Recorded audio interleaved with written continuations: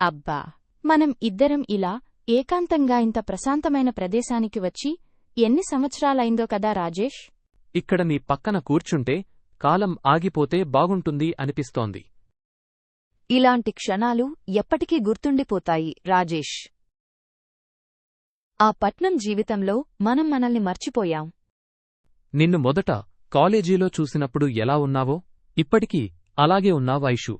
మరి ఇద్దరు పిల్లలు పుట్టాక కొంచెం బరువు పెరగమా? వద్దు తల్లీ, ఆ టాపిక్ వద్దు. చేతులు ముడుచుకున్న వ్యక్తి. మన పాపను సివిల్ సర్వీసెస్కి పంపుదాం. లేదు రాజేష్, వాళ్లమీద మన ఇష్టాలు రుద్దకూడదు. వాళ్లు ఇష్టపడిన దారిలో వెళ్ళాలి. రాజేష్, మనమిక్కడికి ఎందుకు వచ్చాం?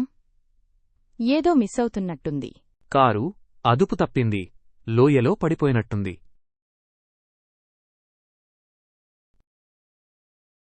ఘాట్ రోడ్, పెద్ద శబ్దం. ఆ తర్వాత ఘాట్ రోడ్, పెద్ద శబ్దం. ఆ తర్వాత అంతా చీకటి.